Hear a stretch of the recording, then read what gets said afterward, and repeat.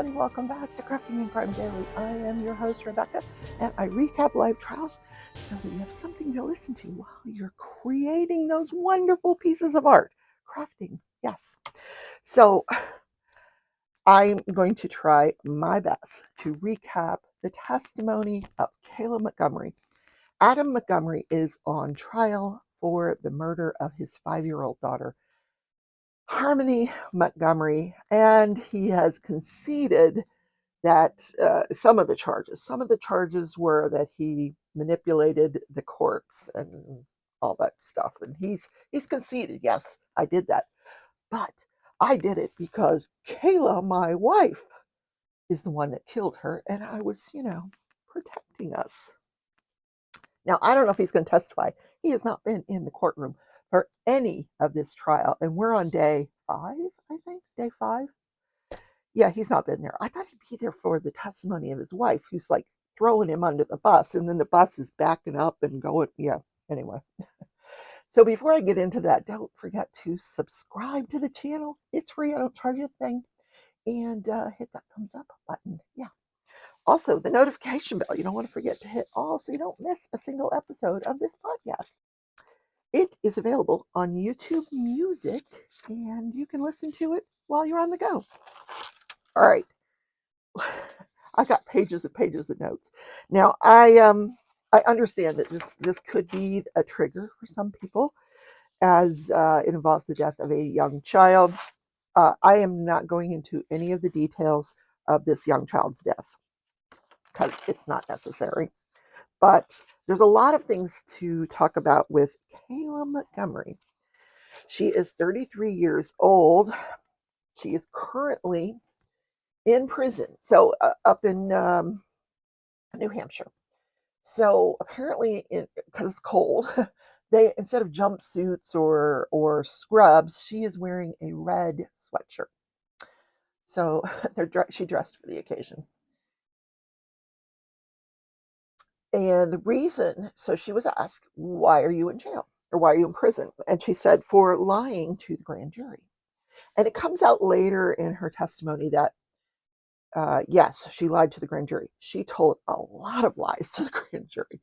And she was only charged with 2 lies. One, for lying about working the dates that she worked at Dunkin' Donuts, and for the location of the Dunkin' Donuts that she worked at. She lied about that because they were able to get her work records and confront her with those at the grand jury, at which point she could have said, hey, can I talk to my lawyer? And she didn't do it. And on cross-examination, she was asked, so once you learned that they had your employment records from Dunkin' Donuts, and you knew that they knew you had lied, why didn't you tell the truth? Because I had to stick to the story. Adam and I had a story, and I had to stick to it. I'm just telling you what she said. Don't shoot the messenger.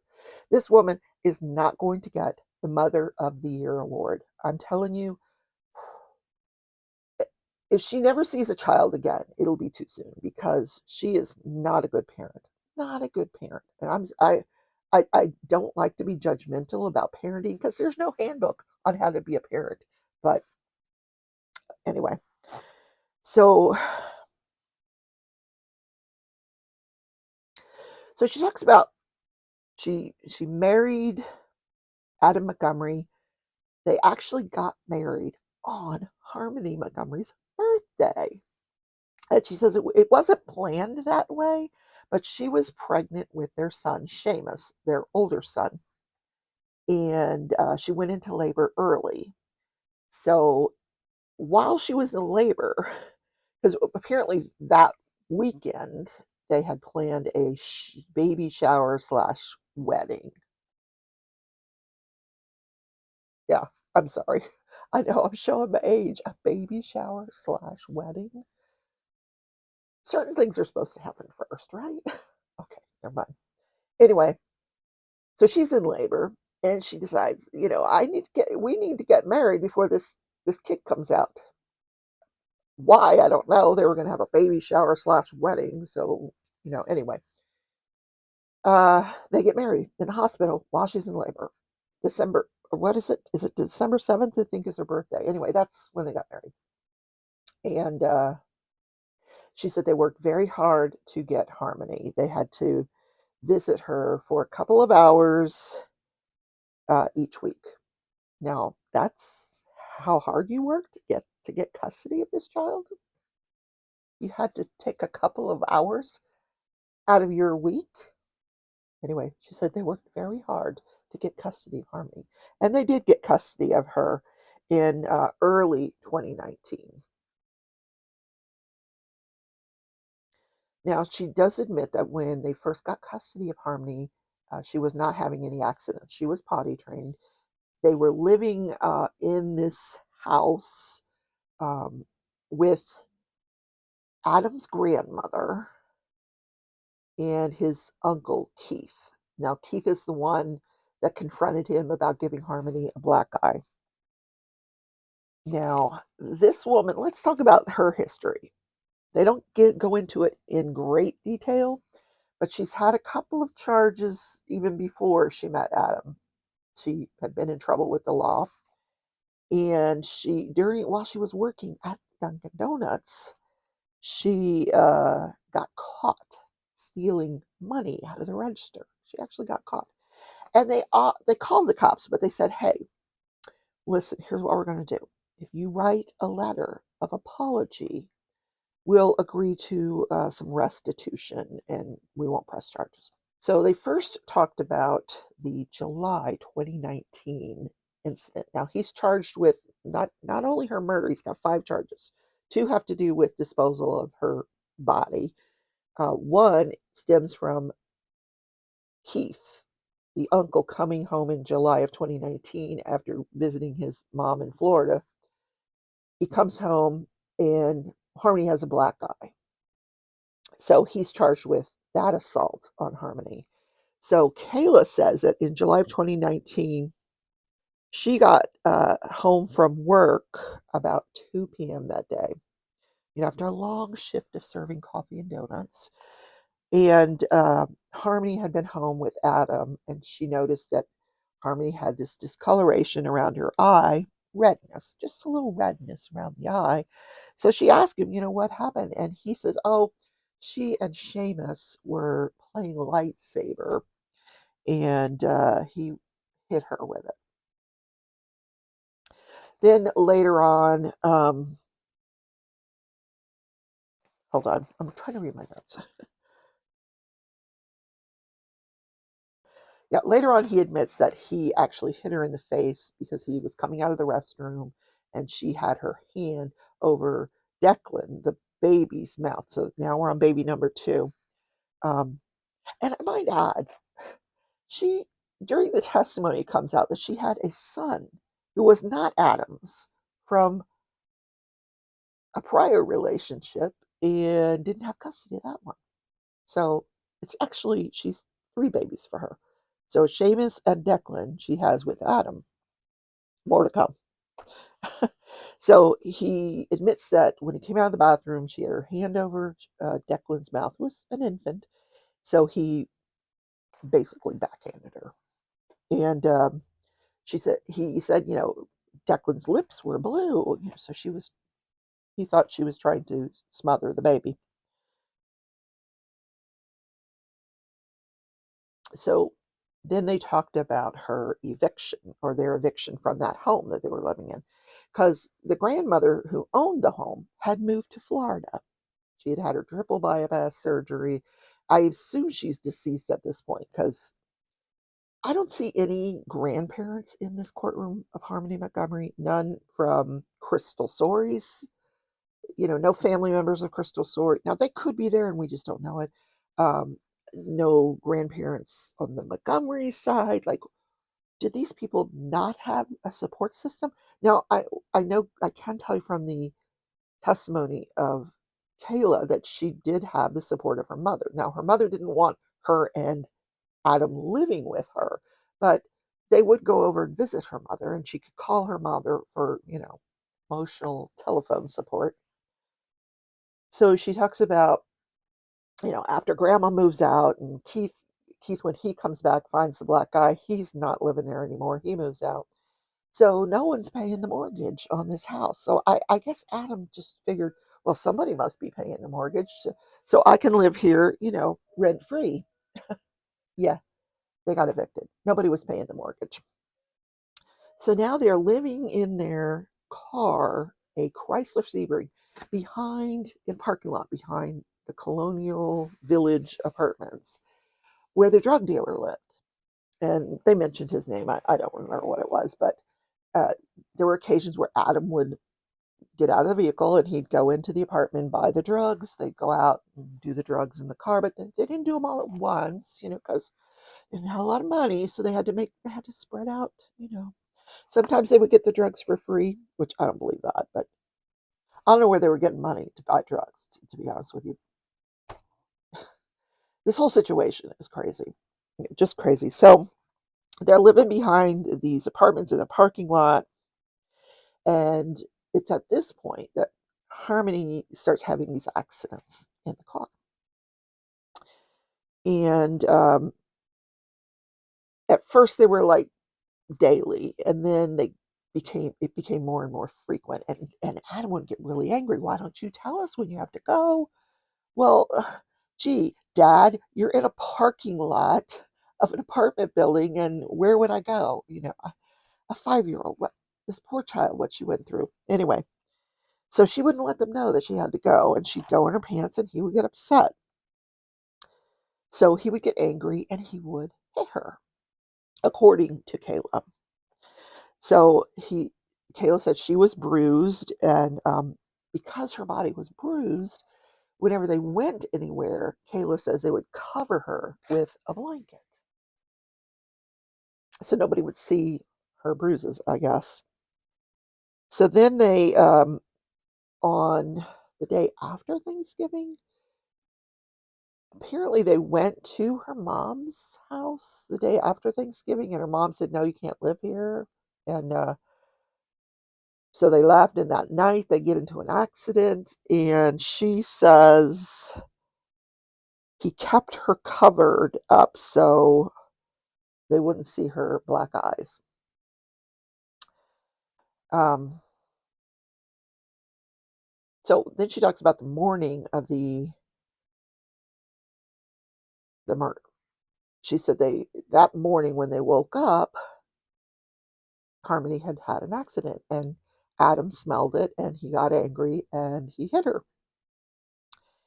And then they immediately went to the clinic, and they were there at 7 o'clock when it opened. She goes in at 7:04. He goes in at 7:09. When he comes back out, he smells it again, and he starts to hit her. So she goes on to describe what happens after that. And then the question was, why didn't you stop him? She goes, well, I told him to stop, and he didn't. Okay. So after that, or while this is going on, they're going to Burger King to get food. Then, after they leave the Burger King, they go back to the parking lot of the Colonial Village apartments to eat their Burger King food and do their drugs. Now, they just got their methadone, but now they got to do their heroin and crack.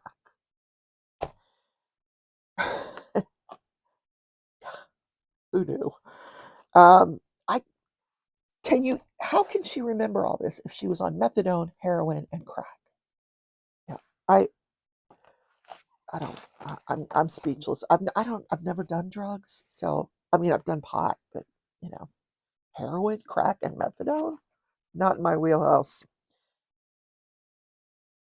So at some point, they do go and stay with her mom for a few weeks, and then after that, they go to a shelter. And so she describes how the body of Harmony Montgomery is kind of stored and taken with them wherever they go, to the point where when how Adam took it to work.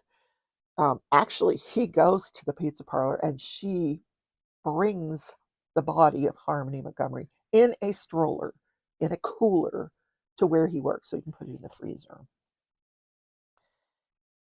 And then when they get to the shelter, he puts it in the ceiling. Yes. Then the prosecution has, at the end of the prosecution, the direct examination, he has her, I want you to look at the jury. And he asked her, did you do anything to hurt Harmony? No, I didn't, you know. And he goes through all these questions. And you didn't put her in the ceiling. And you didn't, blah, blah, blah. And she says, no, I didn't. Now, the cross examination. This was a good one. Now, like I said, he's not there. The defendant's not here in the courtroom. He has not come to any of this trial. But he's got a male and a female attorney there. And this female attorney, she gets up and she is crackerjack. Now, she's being very nice to Kayla, but keeping it real is what I would say. So, you were living in your car.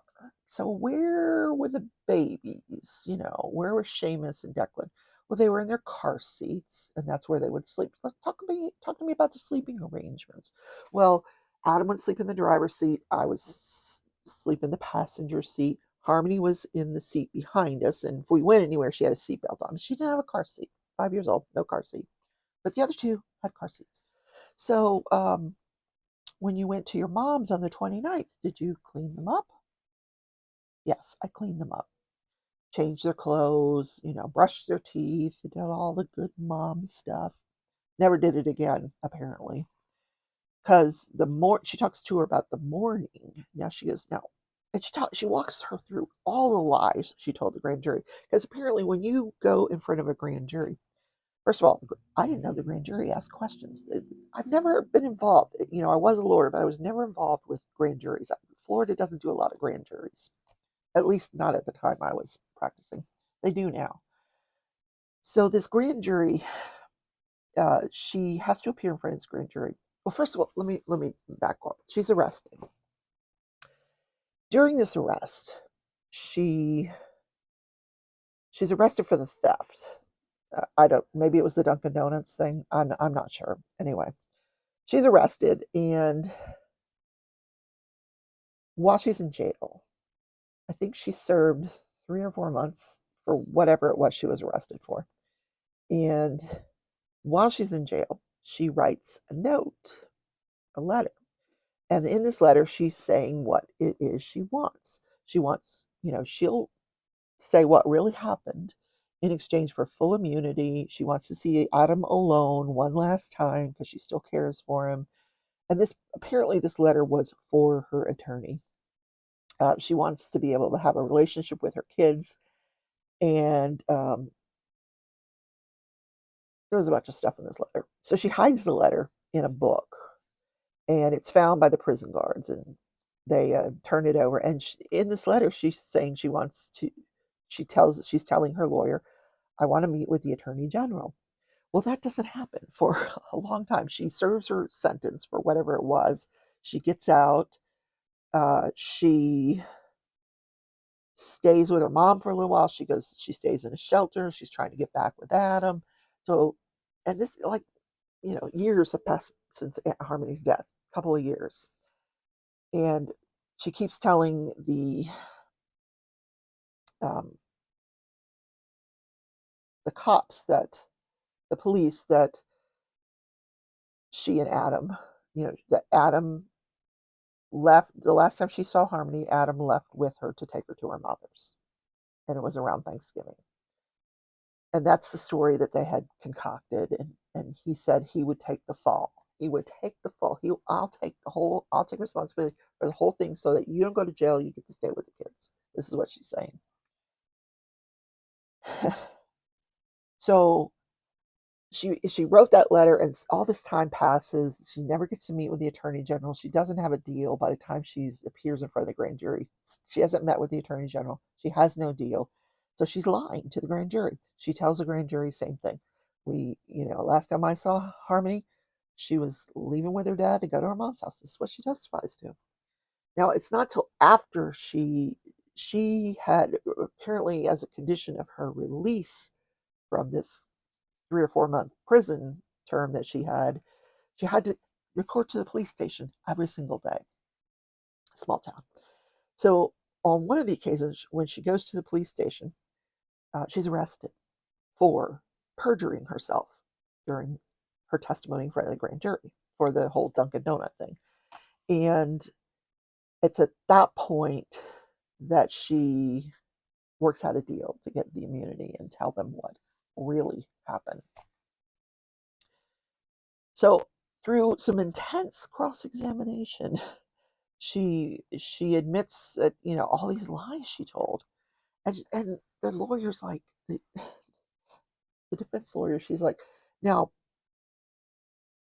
your lawyer asked you to look, or the prosecutor asked you to look at the grand jury, just like you looked at the jury today. And you told them, you know, that the last time you saw Harmony and you looked them in the eye and you told them that, but you were lying then, just like today when you looked them in the eye. I loved it. Good attorney, good attorney. Then she was saying, so when Kayla would have these accidents in the car, you would clean her up, right? Yeah. Well, yeah. Well, did you? She goes, well, you were in the car, and the car smelled anyway. What? So how many changes of clothes did you bring for Harmony? Because she would say, oh, I would change her clothes. So how many changes of clothes did you bring for her? I don't know, a couple. Well, you were in the car for weeks.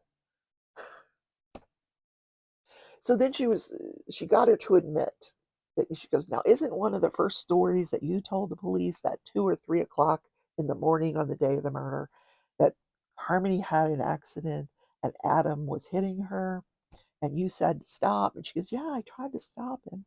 Okay, well, what happened after that? Did you go clean her up? No. Well, why not? I don't, because I was scared of Adam. He gave me that look, that crazy look. So she doesn't clean her up. She just lets her lay there in her pee and her poop. And she's like, didn't it smell in the car? She goes, yeah, but the car always smelled. First of all, because you got 2 kids in diapers in the car that you're having to change. She's like, well, why didn't you buy her some pull-ups when you knew she would? Well, we didn't have any money. They had money for drugs. Didn't have any money to go get some pull-ups for Harmony. I know, I roll. Did I ever tell you the story? I got fired for eye rolling. Anyway, long story. This whole story is just, I did not believe anything this woman was saying. Nothing this woman was saying. Her demeanor was just so flat. She cried a few times on direct examination, but on cross examination, she was like, you know, just like droopy eyed, no makeup. Well, of course, she's in prison, no makeup, but finally, the lawyer says to her, because she's there all day one day and then half the next, are you okay? And she's like, well, I have a migraine. Okay. It makes me wonder though, do they sedate prisoners when they bring them to court? Because it certainly seems like she was sedated. If you ask me as a nurse, was she sedated? I would have to say she really I felt like she was on something. And when this attorney would ask her uncomfortable questions, like detailed questions, like, what did you do with the diapers when you changed them? I don't remember. I don't remember. So that morning, going back to that morning, doesn't clean up Harmony. She says, so you just went back to sleep and you left her in her, yeah. Oh, but I didn't go back to sleep. So she sat there awake till 7 o'clock when it was time for the methadone clinic to open. And then they went to the methadone clinic. And when Adam woke up, same thing. He smelled whatever. And she said urine. He smelled urine and he got mad at her and hit her. So then they go to the methadone clinic, same thing. He comes out, he gets mad at her, and he hits her. And when did you go to clean her up? Where were, what? So while he was in the methadone clinic, so you were cleaning up the kids, right? While he was in the, no, no. So he comes out and he gets mad at her for having another accident. And he's doing whatever he's doing to her. And you're in this methadone, you're in front of the methadone clinic, and there's all these people waiting to get their methadone because, the methadone clinic just opened. They're all there. And so you're saying he was doing all this in front of all these people? Oh, yeah. Yeah. Oh, my God. Um, yeah. Not credible at all. So, you know, I hope the prosecution has something more than Kayla, because she's absolutely denying that she said, no, I never lost my temper. I never hurt Harmony. It was him, you know. Yeah. Let me see if I missed anything. Probably not.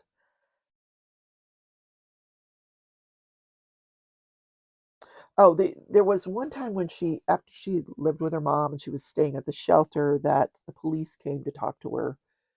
She didn't have a deal yet, but they came to talk to her about Harmony, and she told him the story that they had concocted. That she and Adam, now they were not together, because there was a period of time where, while she was in prison, that Adam had also gone to prison, and he came out and he went to a sober house and into a rehab, and then he runs away to Maine with this other woman that he met in the rehab that testified earlier. So she calls him up after the police leave, and they said, she tells Adam, you need to come back to New Hampshire and deal with this. I didn't have anything to do with it. You need to come back here and deal with this. And he does. He comes back to New Hampshire. But he brings a woman with him. Yeah. So apparently, the reason he went to prison that particular time, the same time she did, is because he had hit Kayla and she reported it. So he goes to prison for domestic violence. She doesn't report the murder of Harmony, but when she gets hit by Adam, she reports it. Okay, let me just see what else I missed. I think that's it. She was on the stand for a long, long time. Yeah, I think that's pretty much it. She's a liar. She had several versions of this story she concocted. Now, I find it hard to believe that at 2 to 3 o'clock in the morning, he's, hitting her. And then at 7 o'clock in the morning, before they go to the methadone clinic, he's hitting her. And then after they go to the methadone clinic, he's hitting her. And you're not doing anything to stop it. Oh, one thing I forgot to mention. At the time that she's prison in front of the grand jury and all that, she had had a third job with him. She had had a little girl. So during the 2 years, this is something the defense pointed out, Harmony is killed by Adam, and you just go on with your life. Yeah, yeah. Go on with Adam, this guy that murdered a person in front of you. You just go on with him. Apparently has another baby, little girl. So now this woman has 4 children. One by one man, 3 by another. Yeah. That's the show for today, guys. Hope you enjoyed it. Well, I didn't enjoy it. I got to tell you, at one point during this testimony, I had to turn it off. I was like, oh, it's time for the Super Bowl. Let's go watch the Super Bowl. It's much better than this testimony. But I finally got through it, and yeah. I don't know how the jury, obviously the jury's going to convict Adam on the charges of destruction, mutilating the corpse. But, he's saying she did it. She's saying he did it. However, if he doesn't testify, you know, and they don't believe her, what? Something happened to this child. Something happened. And I'm of the theory that, if you are complicit with someone murdering someone else, then you're just as guilty as they are. I think she should never have gotten immunity. I think she should go to prison for the rest of her life. because it's disgusting what her part was in this. Even if she, uh, all right, I need to stop talking about it. Okay, have a great day, everybody. I will see you in the next episode of Crafting and Crime Daily. Bye.